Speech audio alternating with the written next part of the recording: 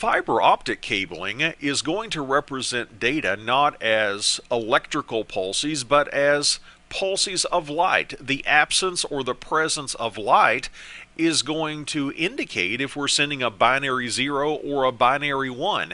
And since we're using light to send data instead of electricity, this completely gets rid of the issue of electromagnetic interference, or EMI. We're immune from that by using fiber optic cabling. And fiber optic cabling tends to have a longer range. It can reach further distances than unshielded twisted pair. For example, let's say that we have a campus environment and we're trying to connect buildings around a college or a business campus. If the distance between the buildings exceeds 100 meters, that might be a great fit to use fiber optic cabling. When you go out to purchase fiber optic cabling and equipment, however, you should realize there are two primary types of fiber optic cabling. We have different types of connectors that we might see on a fiber optic cable. For example, there's an ST connector, or a straight tip connector, an SC connector, or a standard connector, an LC, a lucet connector, or an MTRJ, media termination recommended jack connector. The MTRJ is kind of unique in that within the single fairly small connector, we have two fiber optic strands. The connector you see pictured on screen is an SC, a standard connector, but we said there were two types of fiber optic cables. We have multi-mode fiber, abbreviated MMF, and we have single mode fiber, abbreviated SMF. To help us start to understand the distinction between multi-mode fiber and single-mode fiber, consider what you may have seen at a restaurant. Let's say that you had a glass of water and you had a straw in your glass of water. You might have noticed a phenomenon something like this. When you insert a straw or a pencil or something into a glass of water, have you ever noticed that the straw or the pencil, those objects don't seem to line up above the water line and below the water line? What's happening is something called refraction. Specifically, air and water have a different index of refraction, a different refractive index, meaning that light travels at a slightly different speed in water and in air, causing the light to bend. That's what's happening with a fiber optic cable. If we were to zoom in on a strand of fiber optic cabling, it would look something like this. And by the way, we have two strands typically when we're connecting a piece of equipment. One strand is for transmission and one strand is for reception.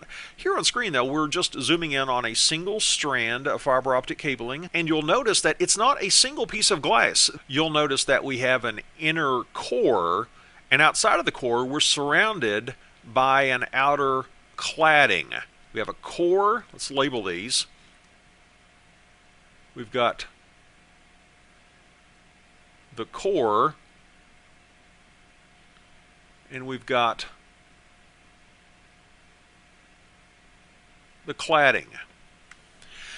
And the index of refraction is so different between the core and the cladding, just like the glass of water would bend the light a little bit. The indices of refraction are so different between these different pieces of glass that the light literally bends back on itself. It cannot escape the core. It's going to work something like this. We have a beam of light, like a laser or an LED coming in. It hits the edge of the core, that barrier between the core and the cladding, and again the index of refraction is so different that it's going to bounce off, and it bounces off the other side, back and forth, back and forth. It bounces its way down the core of the fiber optic cable. And with multi-mode fiber, the core has a diameter that's large enough to allow light to enter the core at different angles. I showed the light entering at one angle. What if we entered at a steeper angle? Like this. If I entered at a steeper angle, there's going to be more bouncing involved, isn't there? Back and forth, back and forth, back and forth. Do you see what's happening? It's taking us longer to get out of the core because we're bouncing back and forth more frequently. Over a long distance, such as greater than 2 kilometers, we could have an issue with this. If one bit comes in at a steep angle, like the green line on screen, and the next bit comes in at a less steep angle, like the red line on screen, it's possible that the bits would get out of order. The first bit came in first, but it bounced back and forth, back and forth, back and forth much more than the next bit did. It could actually fall behind, The name for this is called multi-mode delay distortion. A mode is a path over which our light is going to propagate. Light is going to travel over a particular path. That's a mode. I've drawn 2 modes on screen, but we could have lots of modes with this particular fiber optic cable because the diameter is large enough to support multiple modes to be transmitted. It's less expensive to manufacture a multi-mode cable.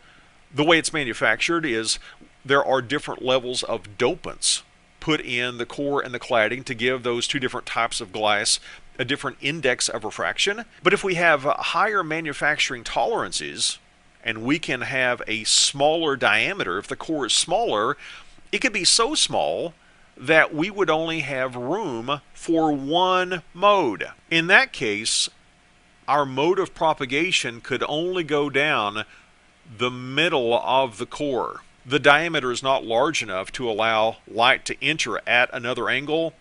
That's not going to work. A larger angle of incidence, as it's called, is not going to be supported. Because the diameter is so small, we only have 1 mode, only 1 path that the light can take. That's called single mode. And because single mode eliminates the issue of multi-mode delay distortion, because we don't have multi-modes, this means that we can achieve much greater distances, maybe 40 kilometers as an example, with single mode fiber as opposed to multi-mode fiber.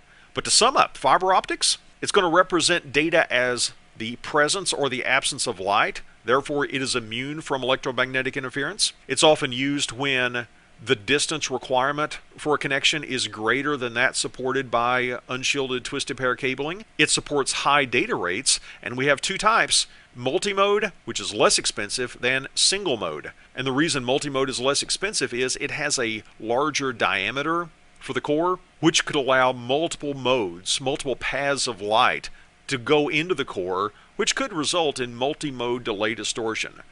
That issue is eliminated with single mode fiber.